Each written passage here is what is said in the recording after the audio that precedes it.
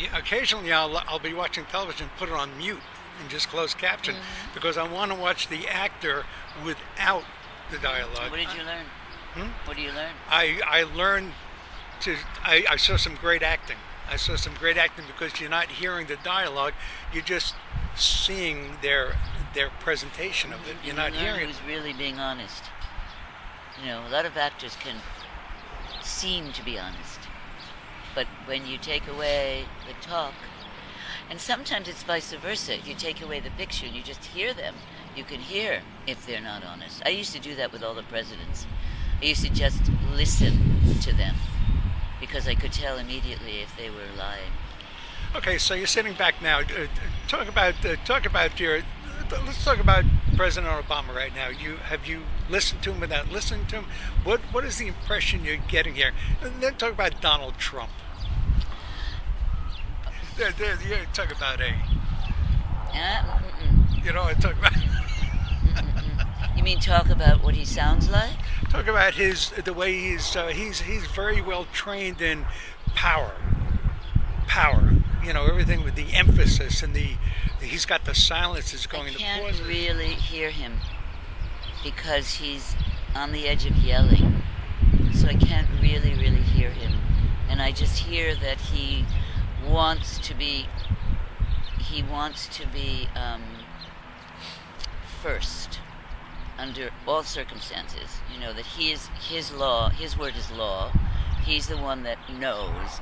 And I don't hear it. He's driving it home all the time also. He's trying to drive it home, but because it gets a bit one-noted, I can't really listen. I don't really hear the message. All I hear is, this is the message.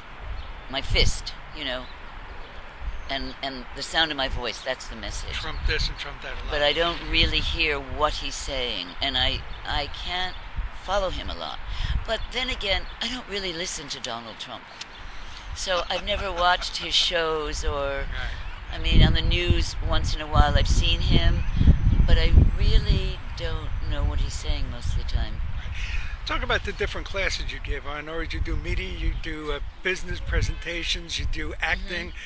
Kind of touch on those, and let's talk about your class a little bit and what your the different approaches to these different classes. Take them in any order you wish.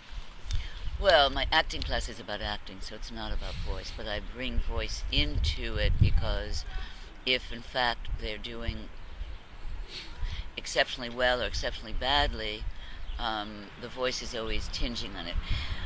We can hear the truth from anybody through their voice, if you want to hear it, because it's such a powerful instrument in us, right?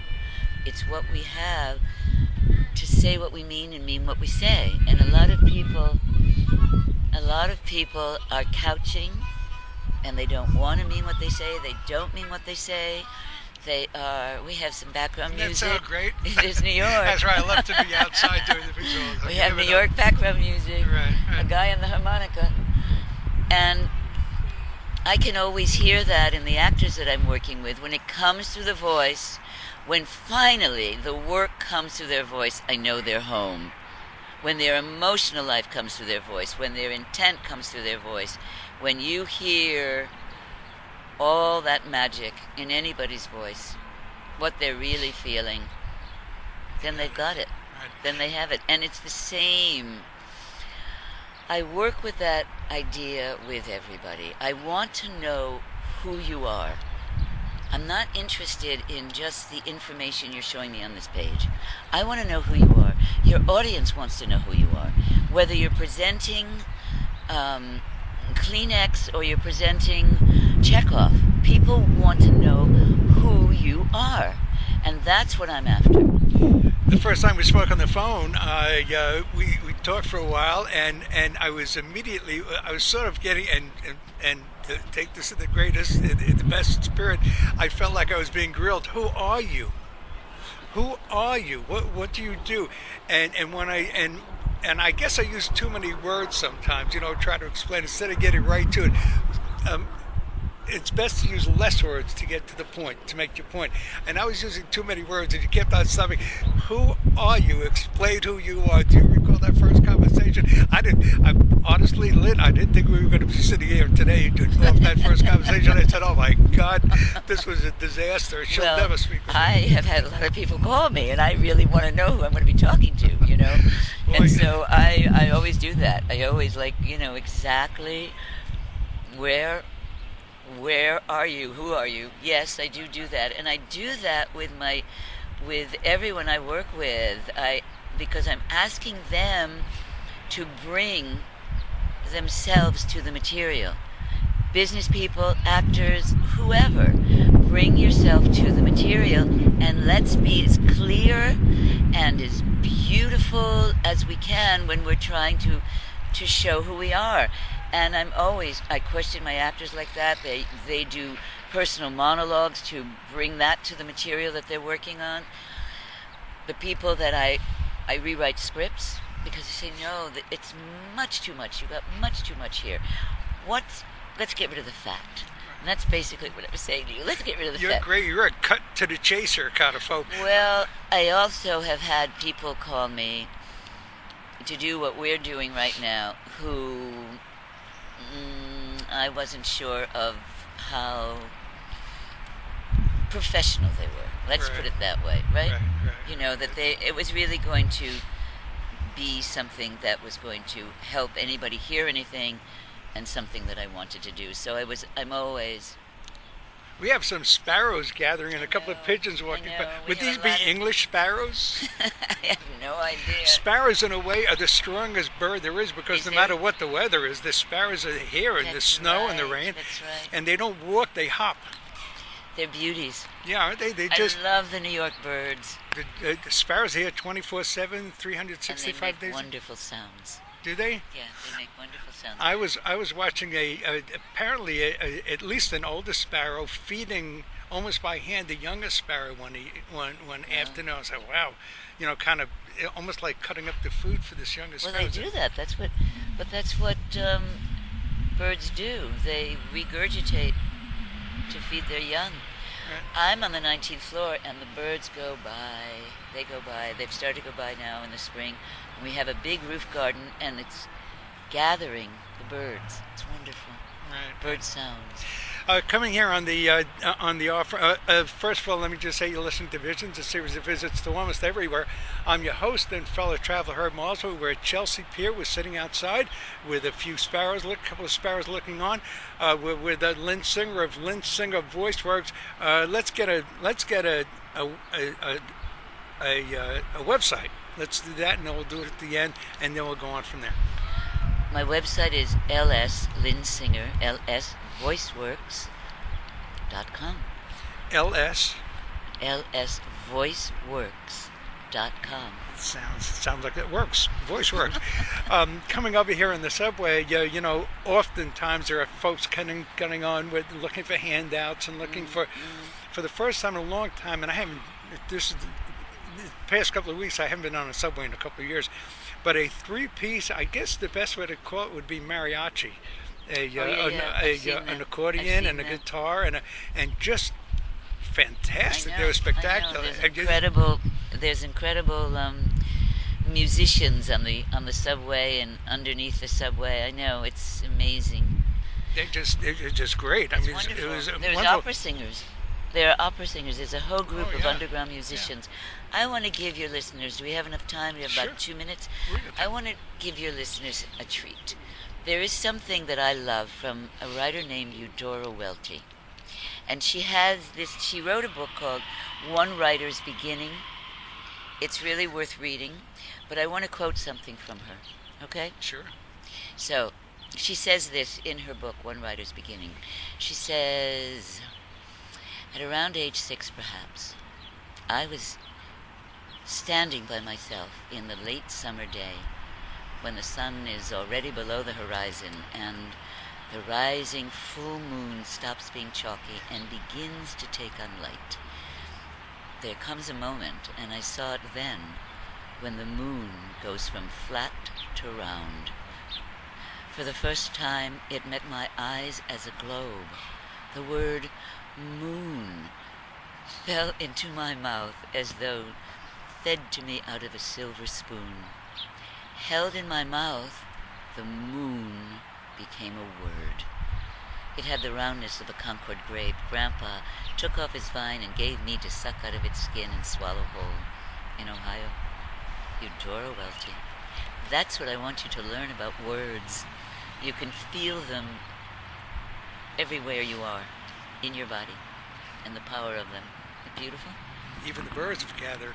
Yes, they have. They want to hear it. Yes.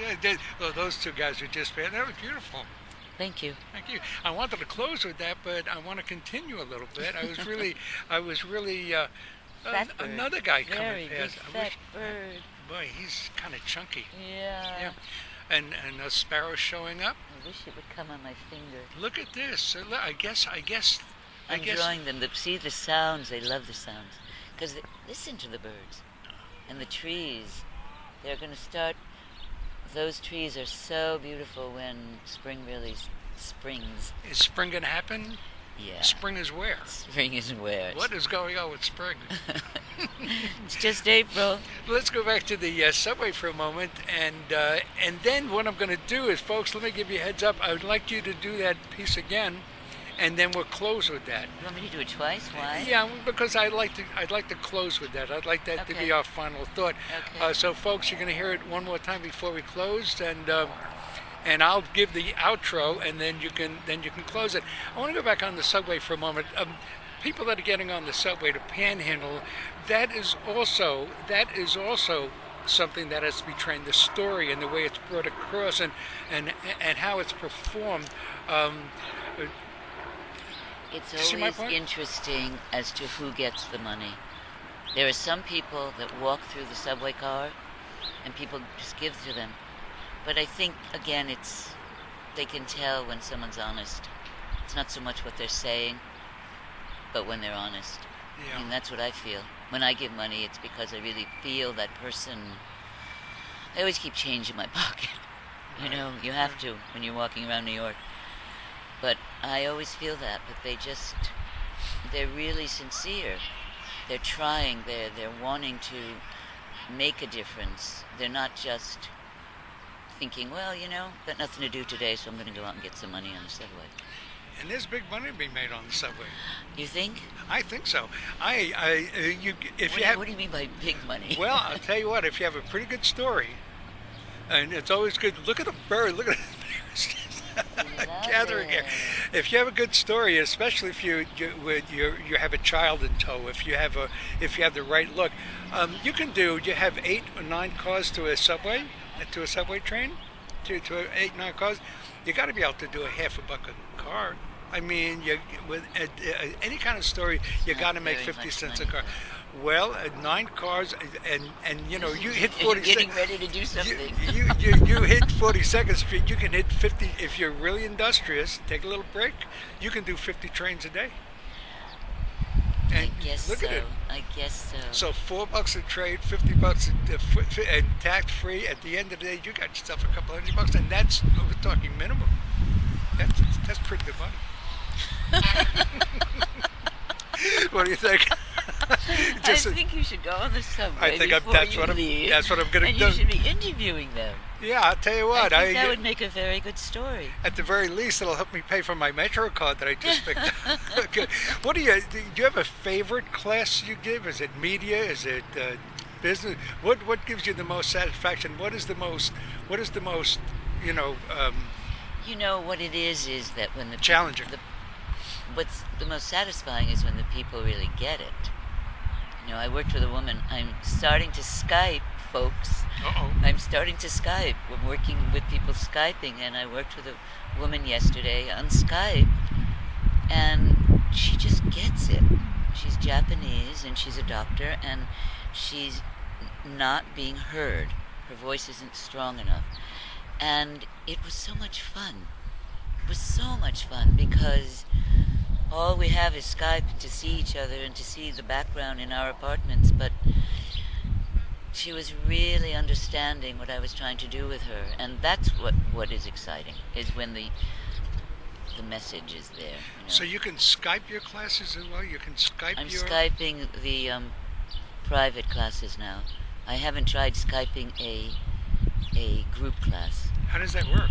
Skyping a class? Yeah, Skyping your class. I know about Skype. My daughter uses Skype. You just put your Skype name in. You have Skype. You need to put Skype on your computer. It's free, and then you need your Skype name, and you need their Skype name, and then there's a. So it's a phone call. It's a video call. Yes, and it comes up on your screen, and you see who you're working with. It's kind of amazing because I now can talk to the world. Okay. Is there a Skype number you can share with our listeners? My LS VoiceWorks. LS VoiceWorks. It'll be on there. It's not .com, but that's my Skype name. LS VoiceWorks. Because I know when I go online now, every time I put in a phone number, it gives you can Skype. Right. There's a right. Skype. And there's a Skype name that you have to put on. Right. Anything before we do the piece again? Anything you'd like to say? Anything you'd like to pass along? How did it go? Much. How did it go today? You didn't ask me to cut to the chase at all, so it must have been fairly, unless you're just being courteous with me. How do you think it went? Well, there's so much to say. I could talk for hours about this, so... Go ahead. And we could, edit it all, but there's so much to say because I think what I would say as a closer is to read a poem out loud every week. And that's going to help your voice and your use of language because my intent is not just that you connect to your most organic voice, which most people are not connected to. They have what I call a defended voice. They are covering their real voice, again, not wanting to show their emotional life or their power or any other, whatever it is that they're holding close to themselves and feel too vulnerable about. But language is really important, and how you use language is really important in order to be heard in the world. And poetry, great literature, read it out loud. You talked about reading a poem today, and I think about drawing on your right side. If you write with your left hand, it's a good thing every day to write for an hour with your right. If you're a righty, write for an hour with your left to keep both sides of your brain. Your left brain is what? Is that the creative? Or no, the right brain is the creative, and the left brain is the ideas, right. Is the intellect. Right. And speech actually is in the left brain, and I'm always working to nudge it and push it and pull it and coax it and question it over to the right brain so that your emotional life and your spirit life comes through your words. Because if you're just in your left brain with how you speak, you're in your mind, you're in your throat, you're not with the rest of you. So we want that balance. How do you do that? lsvoiceworks.com. So you'll show folks how to speak with your. So you said the voice. I want the balance of the right and the left brain. That's what I was talking about when Eudora Welty is giving her piece about how the word can be in me. That's the right brain. Because most of us think of language as from our throat and what we think. I'm thinking today is gray. We are at Chelsea Piers. It's coming through my throat. I'm not feeling those words go through my body. What does that mean? Today is a gray day. We're at Chelsea Piers. What does that mean when I really take that into my entire body? It's a different feeling. It has a different response. It has a different vibration. Okay. I think we learned something here today. I hope. You've been We've listening. been talking a long time. I hope we've learned something. You've been listening to Visions, a series of visits to almost everywhere. I'm home. I'm in my hometown. I went walking in the wrong direction to go to West Side, but I saw the Empire State Building. I said, well, this must be right. And I was turned around and sent in the opposite direction. We're here at Chelsea Pier, 11th Avenue, and Chelsea Pier is actually sports and entertainment complex here on 11th Avenue and 23rd Street. We have just spent, I I guess I don't know how long. I can't see my time over here. But we have spent these moments with Lynn Singer of Lynn Singer Voice Works, and Lynn, your website one more time. LS Voice Works. Lynn Singer Voice Works. If you just put into Google Voice New York City, Lynn Singer comes up. Got it. And I'm your host and fellow traveler, Herb Malsman. And with that, let's close out this really fascinating piece with the voice and talents of Lynn Singer. This is a piece from Eudora Welty, one writer's beginning, and she speaks about how she first felt the power of the word within her. At around age 6, perhaps, I was standing by myself in the late summer day when the sun was already below the horizon and the rising full moon stops being chalky and begins to take on light. There comes a moment, and I saw it then, when the moon goes from flat to round. For the first time, it met my eyes as a globe. The word moon came into my mouth as though fed to me out of a silver spoon. Held in my mouth, the moon became a word. It had the roundness of a Concord grape. Grandpa took off his vine and gave me to suck out of its skin in Ohio.